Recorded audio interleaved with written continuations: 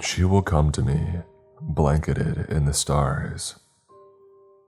I can't tell you how many times I've heard those words over the last decade. My father, Raymond Chandler, suffered a massive stroke and couldn't say anything else afterward. Just those 9 words over and over. Well, I guess that isn't entirely true. He said something else at the end, but I'll get to that later.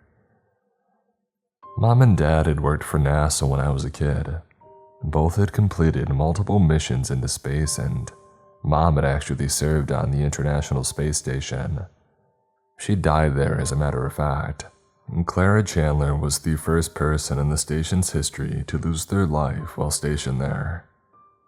During a routine maintenance check on some of the external communication equipment, her tether came loose and she drifted into the darkness of space.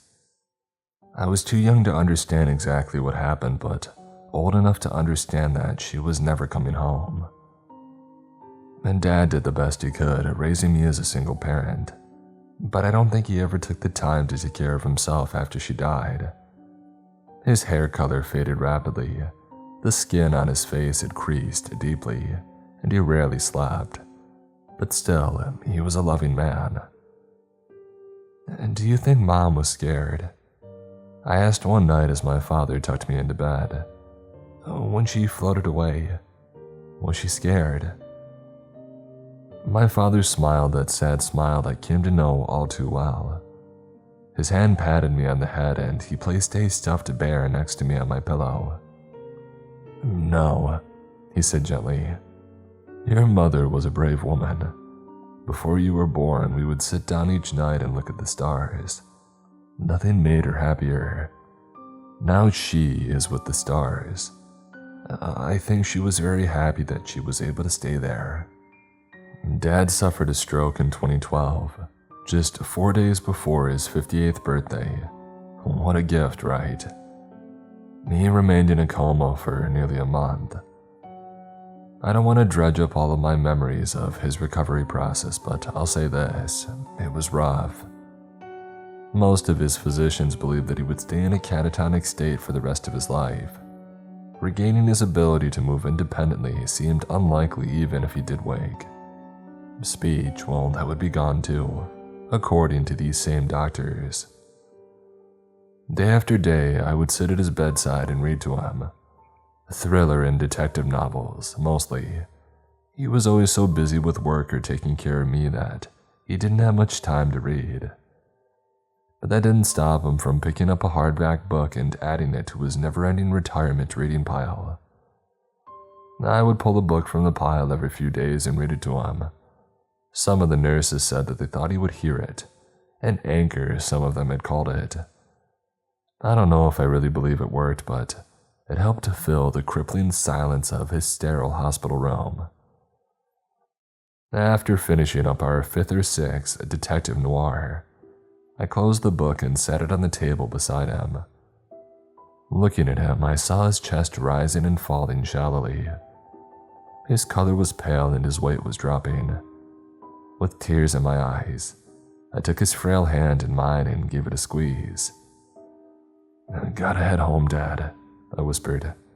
"I love you." As I began to place his hand back on the white blanket, I felt his muscle tighten around my hand. He squeezed my hand back firmly. Both of his eyes opened lazily and gazed into mine. A croaking noise erupted from his throat. He was trying to talk, but his mouth was too dry. In a panic, I fumbled to the bedside table and poured him a cup of water. Holding it to his mouth, he took small sips and smacked the roof of his mouth with his tongue. A wet cough exploded and I used a Kleenex to wipe spittle away from the corners of his mouth. "She will come to me, blanketed in the stars," he said weakly. I punched the call button beside his bed to alert the nurse. "What?" I said, my heart thundering in my chest. "I couldn't understand you, Dad." He gripped my hand even more tightly and pulled me toward him. I leaned in closely, placing my ear to his mouth. Hot breath and wheezing filled my ear. "She will come to me, blanketed in the stars," he said firmly. As he spoke the words, the bright fluorescent lights above the bed sizzled and burned away.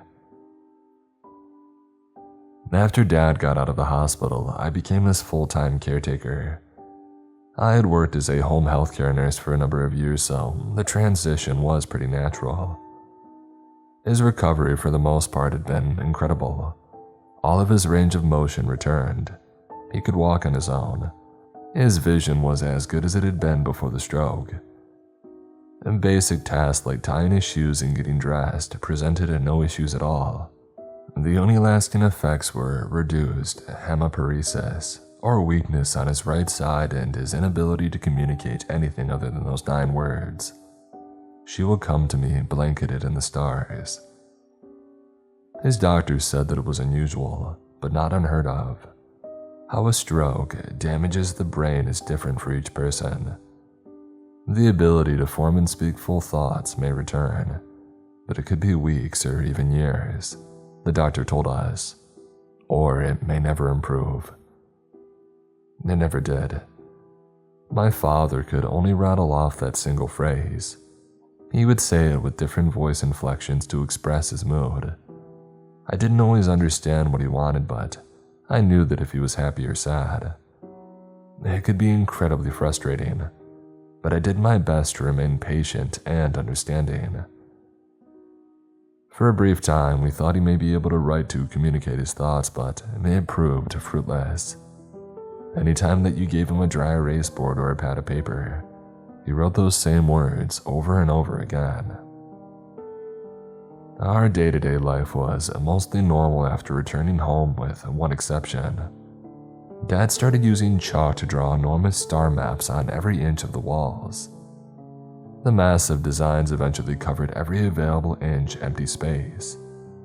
As he ran out of space to expand his comprehensive work, he would remove framed photos and paintings from the wall and stack them in the center of the room.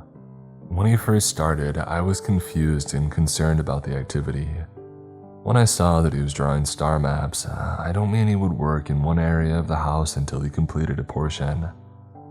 He would stare at a wall for about a half hour before placing a single dot, and as soon as he had finished, he would walk to another room and repeat the process. After the wall was sufficiently covered in small white markings, I waited until he went to bed one evening and decided to clean the walls. I filled a bucket full of warm water and used a soft sponge to remove the markings. It took me hours to wash them away and return the photos and paintings to their original positions. The next morning when Dad had saw them, he was furious. "She will come to me," he shouted as he stomped around the living room, gesturing toward the clean walls, "blanketed in the stars."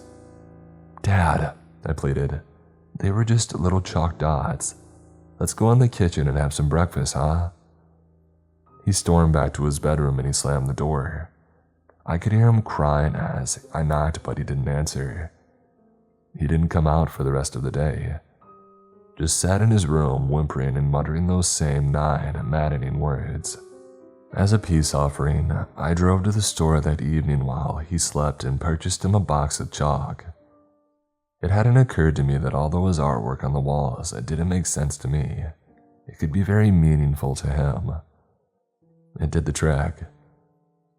The next morning when he came out of his room, I handed him the box of chalk. "I'm sorry," I said sincerely. "It's your house, and if you want to draw on the walls, then that's okay." He looked down at the box in his hand and smiled. "She will come to me, blanketed in the stars," he said questioningly. "Sure, Dad," I responded, "blanketed in the stars." Over the next few years, Dad filled the walls with enormous star maps. His pace had quickened and soon the charts bent around the corner of doors and continued into the adjacent room. Some days he would pull huge books from his office and show me photographs of the constellations and the formations as he repeated those echoing words. I knew in his mind that he was explaining to me in great detail which celestial bodies they represented, and I would nod along. He looked so happy, content even. But all I heard were those words. She will come to me blanketed in the stars. 8 years after the stroke, and Dad's health was starting to take a turn. He had a more difficult time getting out of bed. Standing for a long period of time was out of the question, and his memory seemed to be slipping a bit. But still, he added to these star charts and the maps. That was also when the light bulbs started to burn out repeatedly. Just one at first. The hallway light I would put a fresh bulb in, and within 2 or 3 days the filament inside would be no more than 2 charred prongs. Soon after, the light bulbs began burning out throughout the house too frequently. My weekly grocery trip always included a few packs of incandescents. I told myself that the old-style bulbs may be the problem, and so we switched to the LEDs. But it only lasted a day or 2 longer. In frustration, I had an electrician come to the house and check the wiring multiple times, but they never found any issues. Everything worked just like it should. But the bulbs continued to burn out. With Dad's mobility dropping off, we started spending more time at the house, where we used to take daily walks or travel to the planetarium. He would spend most of the day reading a book quietly in his armchair. His work on the stars grew less and less. Me, I would spend my day in front of the television. While I was a great student, I never developed the same love for reading that my parents did. The television broke up the monotony of the quiet house. Most nights, I would fall asleep in front of the television. Sometimes I would wake up to see the glow of the TV hitting the tiny chalk dots on the wall. It almost made the little spots sparkle like the night sky, as though my father's artwork had come to life and embodied the very celestial landscape that danced above us. It was in the cascade of light from the television that I first started to see these sinister shapes. I knew that it must have been my imagination, but thin lines seemed to grow between some of the stars, forming ghastly figures. The sleek, hunched, and snarling creatures made of tiny chalk dots seemed to prowl on the illuminated walls. The sounds of cracking plaster and groaning wood filled my ears. A chill would build at the base of my spine as it crawled up to my neck as though I were an unwitting prey animal in the sights of an apex predator. When I would turn the lamp on beside me, the half-dream figures would vanish. Nothing left but the white field of stars. I think my father felt it too.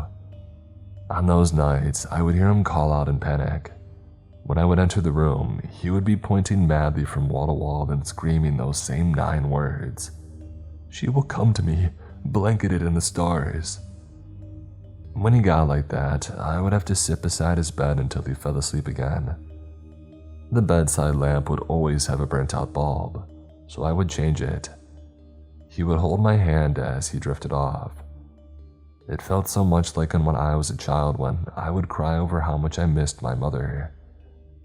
Dad would hold my hand in the dim lamplight, and then whisper to me about how Mom was so happy among the stars.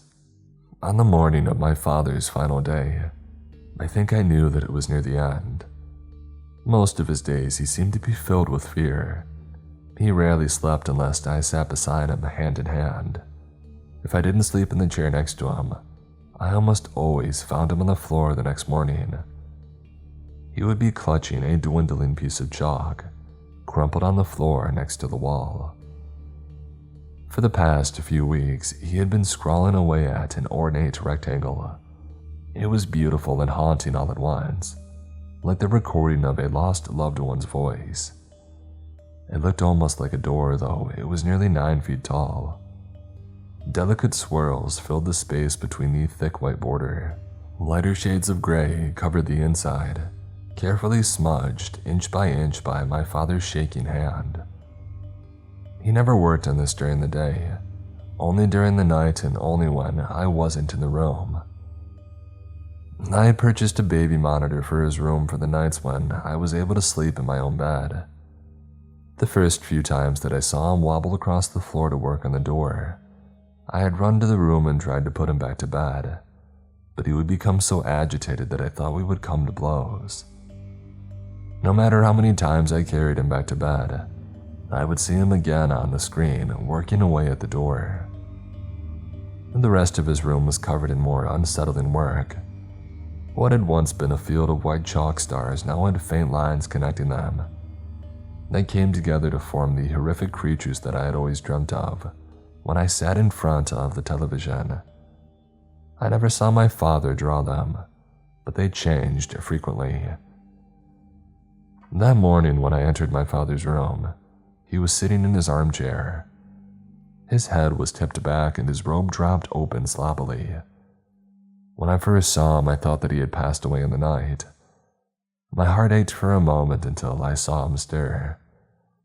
"She will come to me," he said groggily, "blanketed in the stars." "Good morning, Dad," I said. "Breakfast is ready." And we ate together in the kitchen. Well, I ate. Dad picked at his breakfast and shoveled a few mouthfuls of eggs. He hadn't been eating much and was beginning to look sickly thin. His doctor offered IV nutrition regimens, and I was sure that that would be the next step.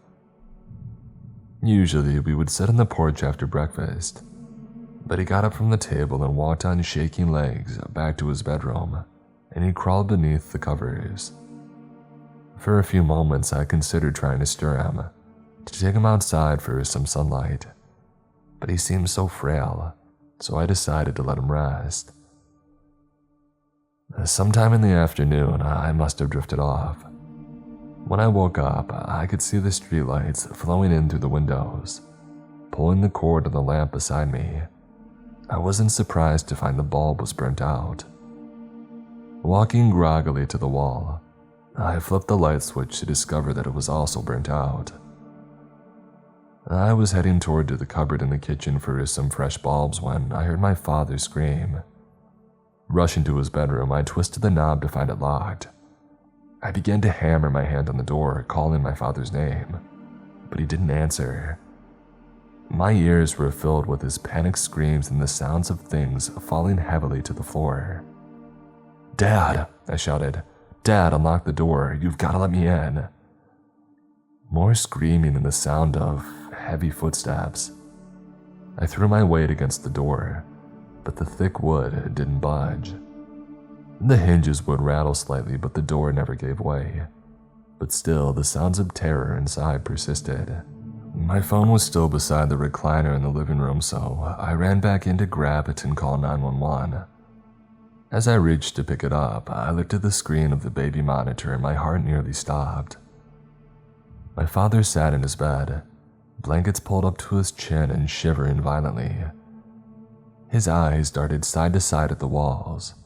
Glowing orbs that had once been chalk stars danced along the walls, which bulged and rippled. Something behind the walls was pushing against them and trying to break through. Abandoning my phone, I ran to the garage and fumbled down the steps, landing hard on the concrete floor. My head was swimming, but I managed to push myself back onto my feet, darting toward the tool bench. I found my father's old hatchet and I ran back to his bedroom door. Blow after blow with the hatchet rained down from above my head. Flecks of paint and chunks of wood peppered my face as I carved away at the door. Inside, I could still hear my father screaming, but now it was mingled with a guttural rumbling, something that filled my heart with dread. After a few moments, I was able to make a hole large enough to put my hand through. Shoving my hand inside, I swatted blindly for the door latch. The rumbling had swollen into deafening roars, completely covering my father's screams of horror. My hand found the lock and twisted it, allowing the door to swing in. I could see my father reaching toward me, eyes filled with terror. He was screaming something, but I couldn't hear him against the cracking of plaster and the splintering of wooden beams. I didn't need to hear him to know what he was saying. "She will come to me, blanketed in the stars." Dozens of dull lights pushed themselves out of the wall and fumbled onto the floor. They rolled like bowling balls before coming to a stop. The strangest sound from the walls fell silent as the orbs of light began to shake. Slowly, they began to move toward each other before forming an enormous sphere. My father and I stared in awe for a moment at the ball of light in front of us. I was about to call for Dad to come with me when the ball cracked like an egg, falling to pieces on the floor. Standing in its place was something unlike anything I had ever seen. It was a creature made of small stars. Delicate lines danced between each of the illuminated dots, forming a nightmarish beast. Heavy claws sank into the floor as the celestial beast turned toward me. Two red orbs in the sea of white met with my eyes before the thing erupted in another guttural roar. I raised the hatchet above my head, but a cluster of brilliant white balls swung toward me and connected with my head. The hatchet dropped from my hand as I went sailing through the air, crashing against the wall by the ornate door my father had drawn. The air ejected from my lungs, leaving me struggling to draw breath. The thing turned back toward my father and lowered its stance as it began to move forward. My father screamed and thrashed in the bed as the celestial demon crept closer. It seemed to be preparing to lunge for him when suddenly, the room was filled with intense light. I looked to my side and saw brilliant beams pouring from the outline of the door. The light danced and erupted throughout the delicate latticework my father had drawn. All around us, the air was filled with a sensation of serenity. Even the beast had turned to look. The ornate door on the wall pushed open, flooding the room with overwhelming warmth and light. I wanted to cover my eyes, but the sight was too beautiful and I couldn't turn away. On the floor at the foot of my father's bed, the celestial abomination began to roar and writhe in pain. I looked away from the opening to see the creature melting into a pool of illumination. The waves of warmth and light from the door had driven it back to wherever it had come from, leaving the room in silence. I turned to look at the door again. A woman walked out and into the bedroom. She was so tall, nearly 8 feet. Her body was slender and agile, her smile beautiful and serene. Draped over her shoulders and falling to the floor was a silver shawl.